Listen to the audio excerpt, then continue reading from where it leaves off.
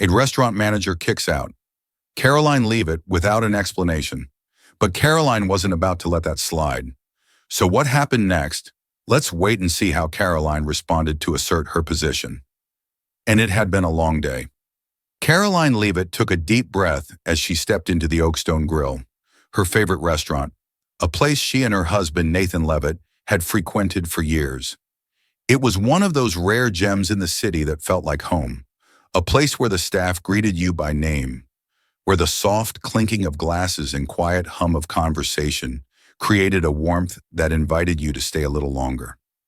The aroma of grilled steaks and freshly baked bread filled the air, wrapping around her like an old friend.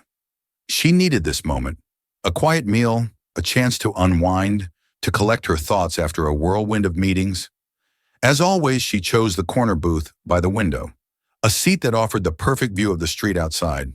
She loved watching the world move by, noticing the subtle changes in the neighborhood. New storefronts, old faces, the way the city evolved yet somehow remained the same. There was just a slight difference here. Today, Karoline was dressed very simply. A worn shirt and jeans. Yes, because she had just participated in a community service activity and returned. She slid into her seat, tucking a strand of hair behind her ear, and let out a quiet sigh. Nathan would be here soon. Until then, she'd enjoy a glass of iced tea and take in the familiarity of a place that had always made her feel welcome. But today was different. Something felt off. It was a subtle shift, like the moment before a storm rolls in. The kind of tension that makes the hair on the back of your neck stand up. Karoline noticed it immediately. The staff, usually cheerful and engaged, seemed on edge. The waiters moved with more urgency than usual, avoiding eye contact. Conversations were hushed. And then there was the man. A new face loomed near the bar, watching the restaurant with a sharp, calculating gaze. Tall, broad-shouldered, dressed in a crisp navy suit. He wasn't eating. He wasn't speaking to anyone. He was observing. And more importantly, he was observing her. She had never seen him before. But restaurant management changed from time to time, and perhaps he was just another corporate hire. Still, something about the way he stood, the way he seemed to command the space without saying a word, made the tension in the air suddenly make sense. She pushed aside the discomfort and turned her attention back to her menu. A familiar waiter approached her table, smiling warmly. At least some things hadn't changed. "Good afternoon, Mrs. Leavitt. Would you like to order now or wait for your husband?" She returned his smile. "I'll wait, thank you." The waiter nodded and was about to step away when a voice cut through the air, low, firm, and entirely unfamiliar. "Actually," the voice said, "you won't be ordering at all." The shift was immediate. Conversations halted. Forks clinked awkwardly against plates. People didn't turn their heads outright, but they listened. Karoline looked up, her brow furrowing slightly. The man from the bar was now standing right beside her table. He had moved so silently, so purposefully, that she hadn't even noticed his approach. His posture was rigid, his arms crossed, his expression unreadable. She tilted her head, carefully assessing the situation. "Excuse me?" The man didn't blink, didn't hesitate. "I'm going to have to ask you to leave." Silence fell like a heavy weight around them. Karoline's fingers tightened around her glass. She remained calm but alert. A slow inhale, a measured exhale. She had been in high-pressure situations before. Rooms filled with reporters, press conferences where every word was scrutinized, political battles where a single misstep could cost everything. But this was something different. She didn't react immediately. Instead, she studied him.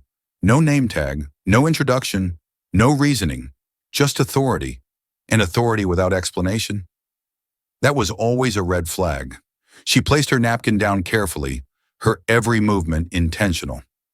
"I've been coming here for years," she said evenly. "If you're asking me to leave, I deserve an explanation." The man's lips pressed into a thin line. No change in expression, no hesitation. "We don't have to give a reason." The moment those words left his mouth, the air shifted again. At nearby tables, customers stiffened. Some exchanged quick glances, unsure whether they should look away or keep watching. The waitstaff? Frozen. None of them dared to step in. Caroline glanced past the man, toward the bar, where the owner of the restaurant, Mr. Whitaker, stood near the kitchen doors watching the scene unfold, but doing nothing. That was the second red. She turned her gaze back to the man, measured, unyielding. "Ma'am," he said, his voice harder now, "I'm not going to ask again." Caroline didn't move. She wasn't leaving. Not yet. And for a few seconds, no one moved. No one breathed.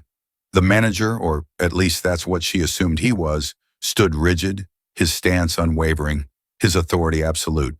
Or at least he thought so. Caroline could feel the weight of every pair of eyes on her. People pretending not to watch, but failing miserably. They weren't just witnessing an awkward exchange. They were witnessing a challenge. A moment where one person holds power and the other is expected to submit. But Caroline had never been one to submit. She straightened her posture, tilting her head slightly. "Is there a problem?" she asked, voice calm but firm. The man's expression remained icy. "We've had a complaint about you." A dull thud echoed in her chest. A complaint? She blinked, caught off guard for the first time. "A complaint?" she repeated, her tone skeptical. "From whom?" The manager hesitated, just for a second, but long enough. "I can't disclose that information." There it was, the final red flag. Caroline exhaled through her nose, pressing her lips together, suppressing the heat rising in her chest. "So let me get this straight," she said slowly. "You're asking me to leave, over a complaint I don't even know about, from a person you won't name?" The manager's jaw tightened. "I don't need to explain myself," he muttered, and in that moment, the doors swung open. Nathan had arrived. At 6'2", with a presence that commanded attention, Nathan Leavitt was not the kind of man you ignored. His sharp, intelligent eyes swept across the room, immediately locking onto Caroline, then the man standing over her. His pace didn't quicken. His expression didn't change. But the air changed. The staff shifted uncomfortably.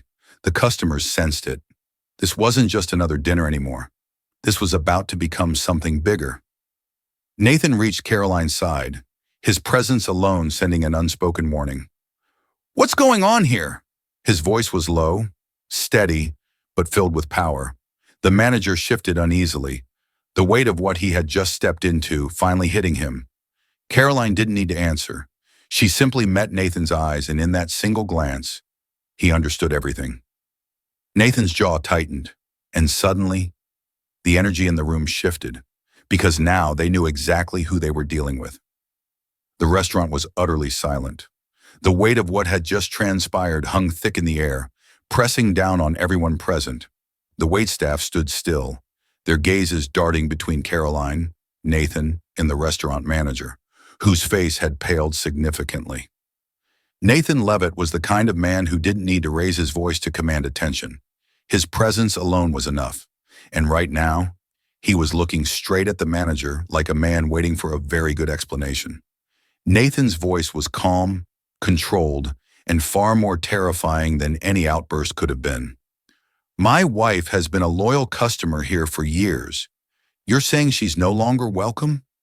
The question was simple, but the weight behind it, crushing. The manager swallowed hard. The bravado he had displayed earlier, the smug confidence in asking Caroline to leave, it was gone now, replaced by something else. Fear. "It's just policy," he managed to mutter, but the words sounded weak even to his own ears. Nathan's brow lifted slightly. Policy? The single word hung in the air like a challenge. And then finally, the restaurant's owner emerged. A man in his late 50s, dressed in an expensive suit that was meant to exude authority, but now did little to hide his growing panic. Mr. Whitaker.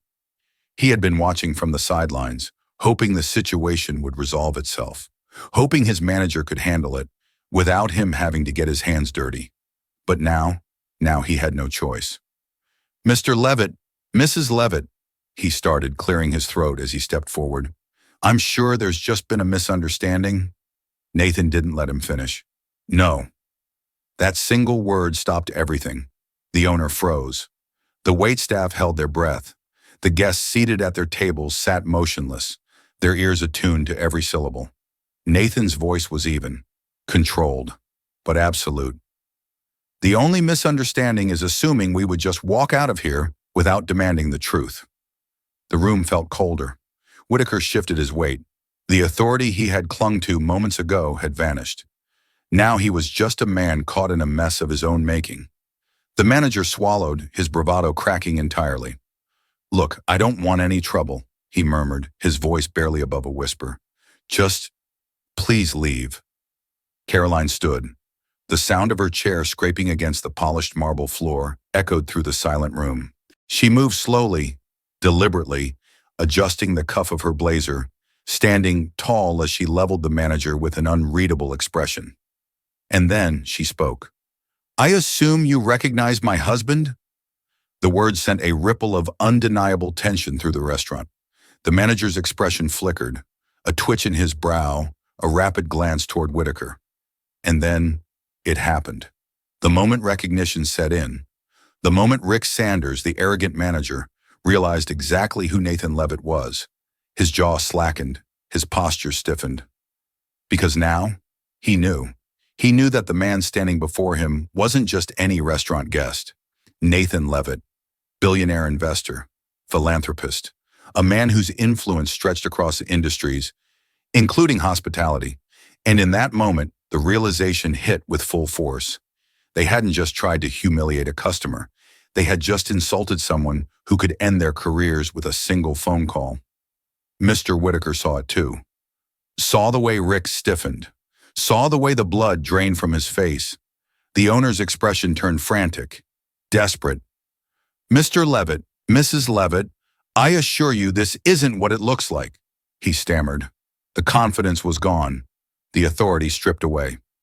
Nathan folded his arms across his chest. "Then what is it?" The simple question left Whitaker grasping for words. He fumbled. He stammered. Karoline sighed. "You want us gone?" she asked. "Fine, but actions have consequences. I hope you're prepared for them." The air tightened. And then, just as Karoline and Nathan turned to leave, Nathan paused. Slowly he turned back. His voice quieter now, but sharper, more precise. "I assume you've heard of the Leavitt Foundation?" A beat. Whitaker nodded rapidly. Yes, of course." Nathan tilted his head slightly. "Good," he said evenly, "because after tonight, we'll be publicly announcing a new restaurant initiative, one that promotes businesses that treat all customers with respect." The words hit like a freight train. The color drained from Whitaker's face. A single bead of sweat slid down Rick Sanders' temple. Nathan gave a slow, deliberate nod. "And I can assure you." He let the words hang, let the weight of them settle. "This place won't be on the list." The silence that followed was absolute. Whitaker opened his mouth to salvage the situation, to beg, to apologize, to find some way out of the mess. But it was too late. Nathan placed a hand on Karoline's back, guiding her toward the exit. And as they walked out the door, leaving behind a room full of stunned silence, they knew one thing for certain. No one would ever forget what had just happened. This wasn't just about a restaurant. It wasn't just about a meal. It was about a principle. Respect isn't reserved for the wealthy, the well-dressed, or the people management deems worthy. It should be given to everyone. And that night, Karoline and Nathan didn't just leave a restaurant. They left a lesson in humility, a lesson in fairness, a lesson in the power of standing up for yourself, even when the world expects you to just walk away. And the best part? They never had to raise their voices, because the truth spoke loud enough for them. If you believe in standing up for your rights, speak up. Like, comment, and subscribe for more meaningful, real-life stories.